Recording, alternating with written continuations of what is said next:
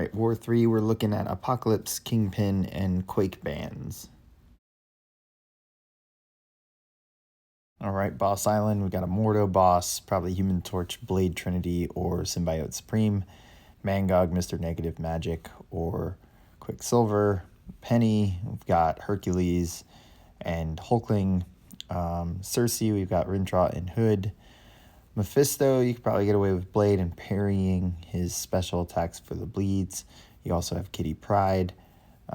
Super Skrull, we've got Cosmic Ghost Rider, Human Torch with Nova Flame. For Bishop, we've got Kitty Pryde, Rolk, and Anti-Venom. And then for Hulkling, we've got Mojo, Hood, and Rintrah. Section 2, paths 1 through 3, the way out, Silver Surfer. Cosmic Ghost Rider probably works. Null works. And maybe even Symbiote Supreme. And then paths 1, 2, and 3, nothing super special that stands out for hard counters there. 4 through 6 on the way in, you've got Maw. You can go ahead and use Human Torch and Quicksilver. On the way out, we've got Rintrah. Use Kitty Pryde or Human Torch, or possibly Mr. Negative or Immortal Abomination, sticking to special 3s. 7 through 9 on the way in, we've got Void. You can use Nebula, Cosmic Ghost Rider, or even Shang-Chi. And then on the way out, you've got Spam, same thing, Shang-Chi, Fury. Yeah, probably all, or Killmonger. Really just bring a spam counter. For 4 through 9, I mean, nothing stands out as unusual or uncommon, so the counters are pretty normal for those. You know, middle mini bosses, you've got Jabari Panther, either of the Storms or White Magneto or Cosmic Ghost Rider or Archangel would work there. Doom, I would probably go with Magneto and maxing out Pacify as your best option. There may be an argument for Anti-Venom, but it will take a while. 1 through 3 on the way out, got Nimrod. Can go ahead and use Nebula or Tigra for that. And then paths 1, 2, and 3. Again, nothing unusual that particularly stands out as a problem. 4 through 6 on the way out, we've got Domino. You know, use any counter there. You've got 2 tech options, Nimrod and Omega Sentinel, that are immune to ability accuracy modification versus a mutant. You can also still use Morlock there due to her non-contact hit. And then 4 through 6, the paths, again, nothing unusual or maybe a problem on those paths. And then 7 through 9 on the way out, Fury. You can use Kitty Pryde, you can use Cosmic Ghost Rider or Penny Parker. And then same thing, those paths 7 and through 9 don't have anything that stand out. So I know we brush over paths really quickly without any ideal counters called out. But if there is a specific one you want me to comment on, feel free to comment on this video asking about it. We just run into a lot of redundant placements. So counters end up being pretty similar map to map. So we're going to move on to attack. All right, so War 3 here, we've got Matrix Family. Today is a pretty light war. I'll be taking in Omega Sentinel, Nebula, and Mr. Negative, Mr. Fantastic. I've got Path 1 in Section 1 and Path 9 in Section 2, and I've got a mini-boss on Boss Island. So we go in here to Path 1, I place the pre-fight, and the next screen is with the pre-fight already placed. It is the heal block pre-fight. Now, here, Omega Sentinel, we took Blade here last war. It was pretty simple to keep up the heal block debuff to prevent the healing from masochism, and then never worry about the global as well, considering the DOT from Omega Sentinel would cause the global to kick in. So keeping that heal block debuff up constantly is pretty important.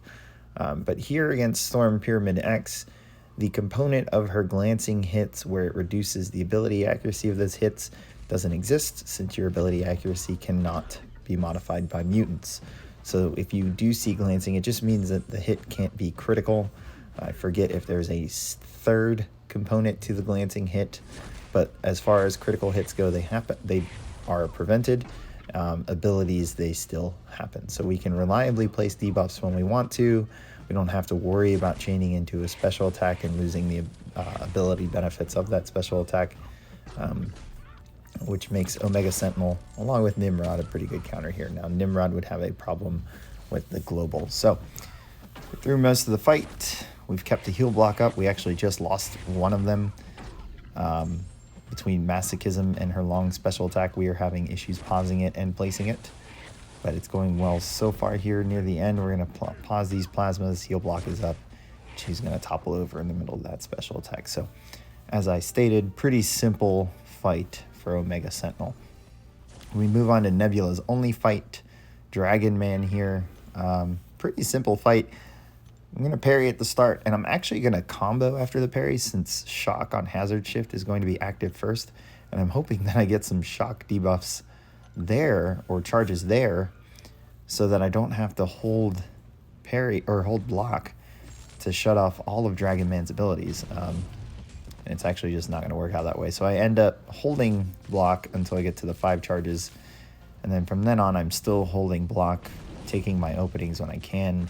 With one eye open, I was not sure if damage would be reflected if I parried and went into special 2 with the first hits of the special 2. So what I decided here was to just hold on to shock charges, build to special 3, and then on the back end, build the special 2 and launch special 2 with however many shocks were placed on Dragonman during the fight. I also avoided parrying for the rest of the fight. I don't want to transfer these shocks. I want to keep them just to keep Mystic Dispersion non-existent throughout this entire fight. Would have been an opportunity that if I do parry and allow the shocks to kind of do their work and make this fight a little bit faster, that I'd eventually trigger a dex buff without enough shock charges on myself, and therefore give Dragonman some easy access power. So instead we play it super safe here. But yeah, that's pretty much it. The next fight, I could have used Nebula. The thought occurred to me after. I was just so excited to use what was assigned, which was Omega Sentinel. But we'll get to that fight when this one ends. So we've already used the special 3. We're building to the special 2. There it is. And then that little bit takes Dragonman away. So really easy path for Nebula if you've got one available.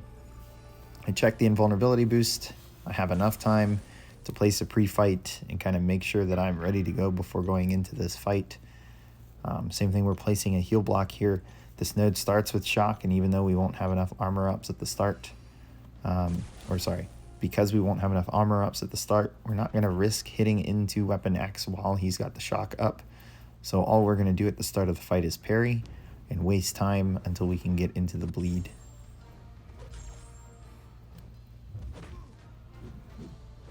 And there I went to go hit his block, because prior to going into this fight, I forgot hitting into block will be an option. Just because of how aggressive he is in Berserk. And then I remembered right at the start of the fight, oh yeah, we can waste time there. So we've got a heal block on, we're in bleed, we're being aggressive even if he's not, so that we don't get cornered. We're in shock now, trying to bait out this special. Finally throws it. We are blocking as we dex so that we bait these heavy attacks. I do decide to hit him a couple times while shock is going. Now we're out of shock, so now I'm ready for a heavy to be thrown so that I can full combo. And there, I probably should have dropped the heal block, or I actually did. Now we're going to pause it and go into the special 2, even though we're going into the shock phase. I get some resistance from the armor ups and her SIG ability, but not a crazy amount. If you really, really needed it, you could probably slap on a War Machine pre-fight here to help with that energy damage. He's out of Berserk, so he can be a bit more aggressive, especially hitting into his block when he is in the shock phase. But you can see here, fight's going really smooth. Not really any issues. Decided to stop there. Should have just finished the fight. Decide to hit him during shock phase anyways. So, pretty hard counter. And then last fight, only fight for Mr. Negative, Mangog on AoE. This is still a rank 3. We have only 2 Mr. Fantastic pre-fights. I went for the ones that affect his combat power and his passive power gain, Petrify and Suppression, instead of the one that boosts my DOT damage. But game plan, parry 3 times. On the third parry, we're going to heavy attack. We're going to make a judgment call on his power, whether we're going to parry one more time and go into an evade counter, which we have that window. We are going to combo but stop short of the 5, go back into parrying and attacking.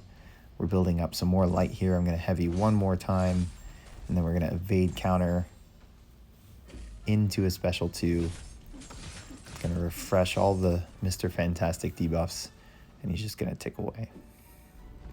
So as we let him tick, we're still kind of building light energy and attacking, hoping that the degen knocks him out, and it does. So another smooth Mr. Negative taking Mangog fight. Our battle group actually ended up dying 3 times to their, I believe, 8 times. And we ended up winning this war 11-7, thankfully. So deaths really shot up here. Not what you want to see, but at least it's a win. Moving forward, we got a little bit of a break onto the next war. Still have some of the stronger top alliances, and we could match them this week in our shot for number 1. So I hope you guys enjoyed the video. Hit subscribe, hit like, and I will catch you guys at the next war.